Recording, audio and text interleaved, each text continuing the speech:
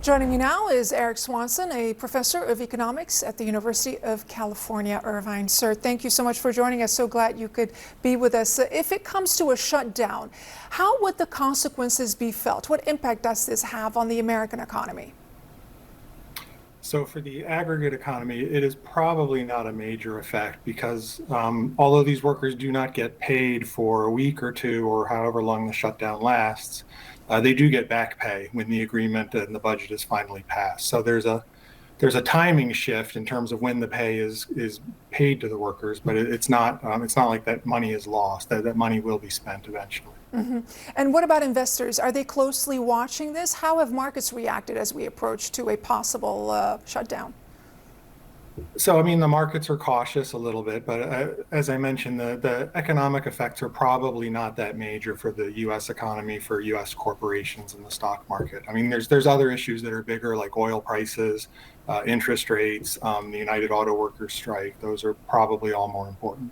They're more important. Okay, so do you feel that the country can afford this shutdown? I mean, what happens if this goes on for more than a couple of weeks, if it's a prolonged shutdown? Yeah. What are the long-term costs So associated with that? Yes. So if this drags on for more than 2 or 3 or 4 weeks, then you'll start to see more of an effect on GDP this quarter. I mean, I think nobody thinks it's going to drag on for much more than a month. But if it were to start going in the second month, then yes, it would start to have a more serious effect on the economy. Now, we spoke about people not being paid. How long do you think those impacted by the shutdown will be willing to go without pay?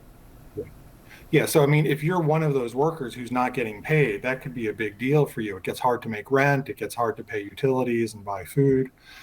So I mean, it's very, very stressful on the families involved, and these include military families, TSA agents, federal law enforcement. So if you're one of those government workers, it's a big, big deal. It's just for the rest of the economy, it's probably not a major factor. And what could be some unintended consequences? I mean, will this, affect potentially the debt rating for the U.S., for example? It's possible. I think Moody's mentioned that they might use that as one of the many factors that would cause them to downgrade the U.S. Credit rating.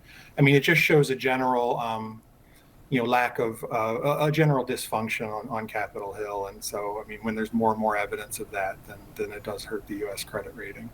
Only a little, but it does hurt. And Professor, what makes this potential shutdown different from past shutdowns from an economic point of view? Well, it's not too different from past shutdowns. I think past shutdowns, none of them have been thought to have had a very large effect on the economy. This one's happening right at the very beginning of the quarter. So I mean, in some of the past shutdowns, they've happened at a different point in the year, and so you might have had a little more shifting of the income from one quarter to another. In this case, the shifting of the income will just be from the beginning of the fourth quarter to the middle of the fourth quarter, and won't have much of an effect on the fourth quarter overall economic numbers. So in summation, you feel this is going to be inconsequential for the American economy?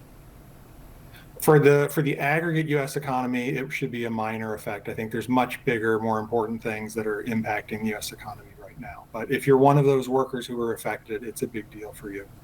All right, Eric Swanson, thank you so much for joining us. Sure, thank you.